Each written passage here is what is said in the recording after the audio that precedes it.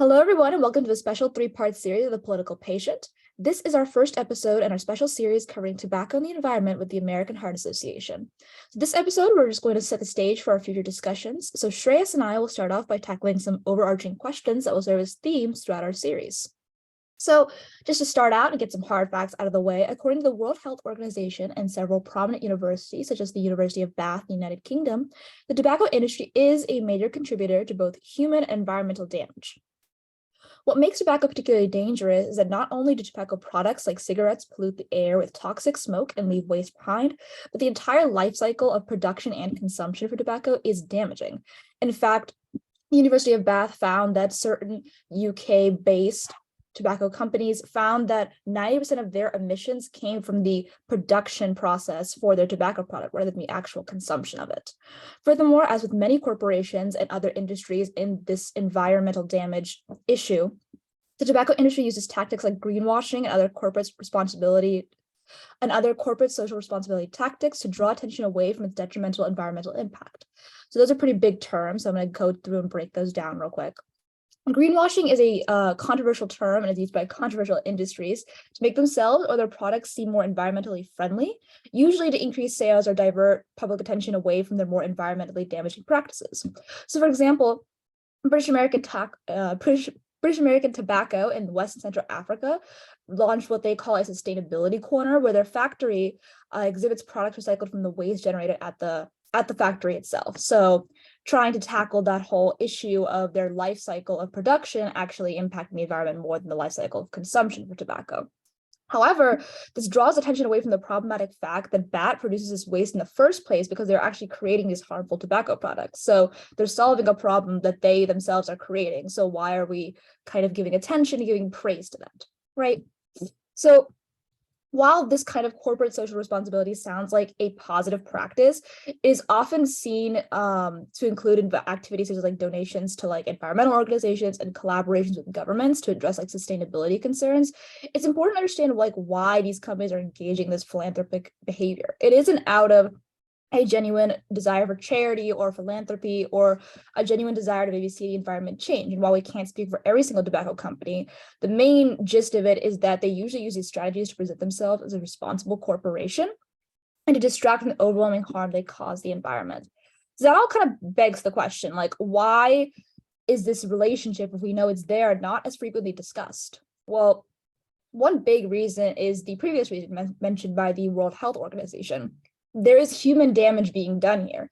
Tobacco is most often associated with the human effects that it can have or the physiological effects, primarily lung cancer, asthma, excuse me, and other lung type issues. However, that doesn't mean the tobacco and environment relationship isn't any less important or should not be any less discussed. For example, the Institute of Medicine Committee on Preventing Nicotine Addiction in Children and Youths, which was back in 1994, found that tobacco is actually normalized quite heavily as a social norm, which could speak as to why tobacco itself was never actually tackled as an environmental issue. After all, how do you take a cultural norm and then start exposing it in not just the physiological and health sense, but also the environmental sense? Additionally, the National Center for Chronic Disease Prevention and Health Promotion Office on Smoking and Health, in association with the Centers for Disease Control Prevention, otherwise known as the CDC, also put out an interesting report with the Surgeon General about how there are a lot of social, environmental, and cognitive uses in regard to why people use tobacco, and tackling all of those is also critical to understanding the relationship between tobacco and the environment. But also, it's important to know that a lot of energy went towards understanding why people use tobacco and not the effect that tobacco is having on the environment. And so only recently have we been devoting our energies towards why tobacco impacts the environment, if it does, and then how can we fix that problem? And so Shreyas is kind of going to go into that a little bit more. So take it away, Shreyas. Yeah, so some of the themes that Anusha already addressed are what I'm going to harp on a little more. So for example, the CDC for World No Tobacco Day, they created an infographic on the tobacco life cycle and how each phase of that, whether it be physically growing tobacco or even the disposal of tobacco all the way at the end, how that almost each stage can have environmental impacts. Like, for example, just growing tobacco can degrade soil, it can cause damage to biodiversity. Pesticides are typically used, so workers are exposed to it, and just our plant life is also exposed to it. If we took another stage, for example, phase 3, which involves like the manufacturing of tobacco, this involves a lot of water consumption, a lot of energy use, a lot of greenhouse gases to be emitted.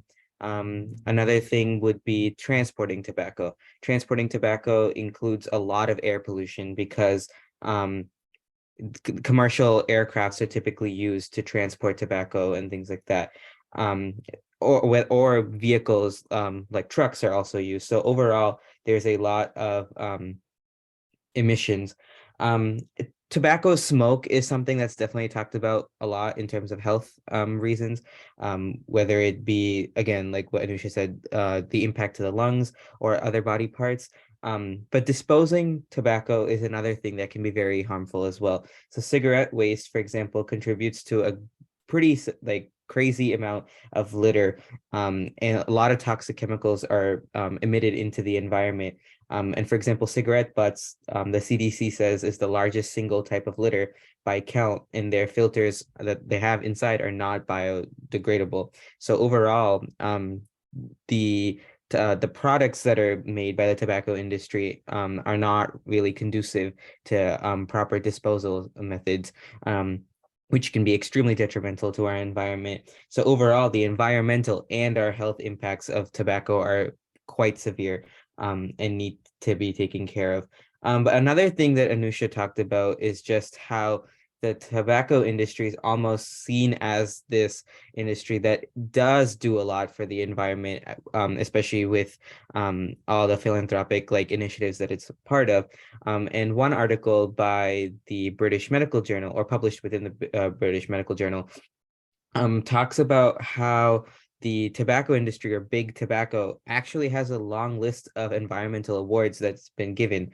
But the biggest reason for this is that the environmental awards that are given for its operations as a company, and not necessarily its disposal methods. As I just talked about in the graphic that the CDC released some time ago, the disposal methods, especially in regards to cigarette butts, are needs to be worked on, and that could be something that the tobacco industry looks into now. But there is some sort of irony of big tobacco winning all sorts of environmental and sustainability awards, whereas they are contributing to a great amount of environmental damage today.